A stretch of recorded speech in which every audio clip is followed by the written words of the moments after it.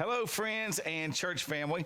I'm here today with Debbie Woody, and she's come to tell you her story of her salvation story. And so, Miss Debbie, let me ask you a question. Now, how old were you when you accepted Christ as your Lord and Savior? 16. 16, okay.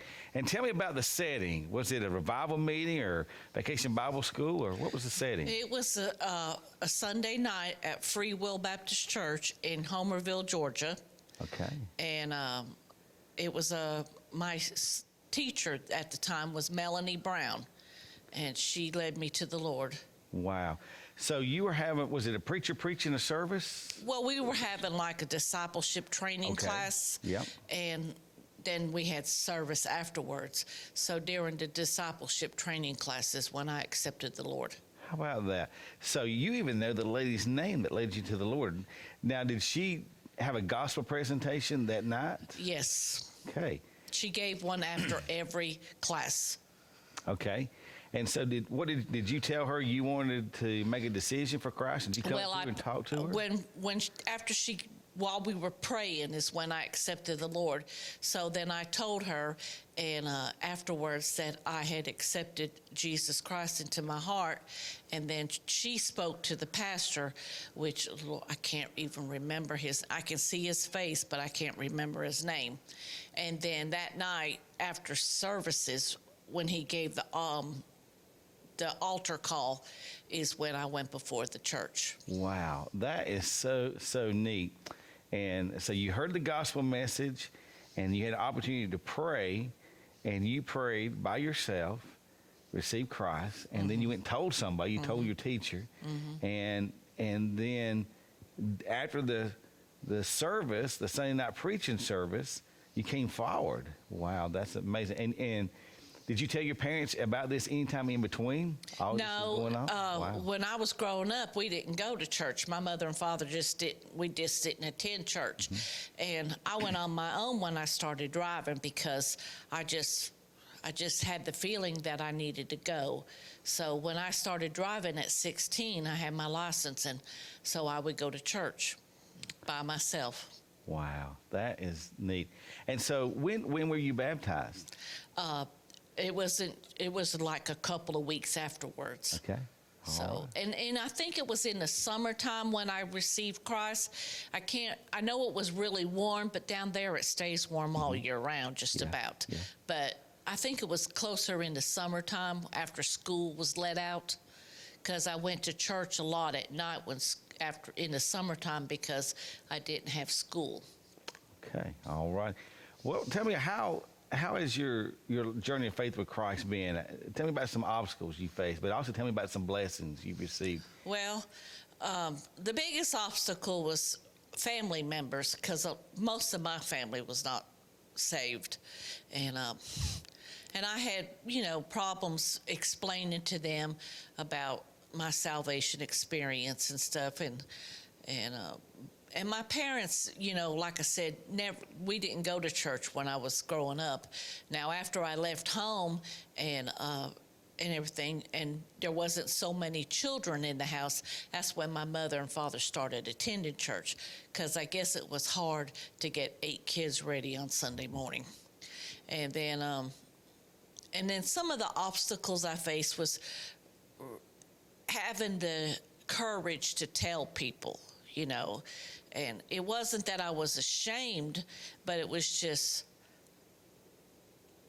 I was just afraid what people would think and talk, say to me and stuff. That was my biggest obstacle. And some of the other obstacles, because, I've not led a perfect life. I've made mistakes, and I've done things that I shouldn't have done from the time I got saved till now. But I know that when I ask Jesus to forgive me, that he forgives me, and I don't have to carry that in my heart, all the time. And some of the biggest blessings I had was when Dale and I first got married. We were married maybe about 8 months, and I got pregnant, and I lost my first child. And I was really, really depressed and going through a lot. But while I was in labor with him, I knew that God took him because he let me sleep and he let me know that he took him. And that gave me some peace to know that where he was going. And then I had several teachers in school when I was growing up. I had this black lady, Miss Bryant, was my English teacher, and she was a really big blessing in my life. She encouraged me, and I knew she was saved because you could just tell, you just could tell.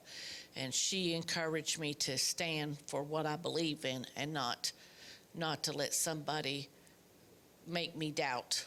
Yeah.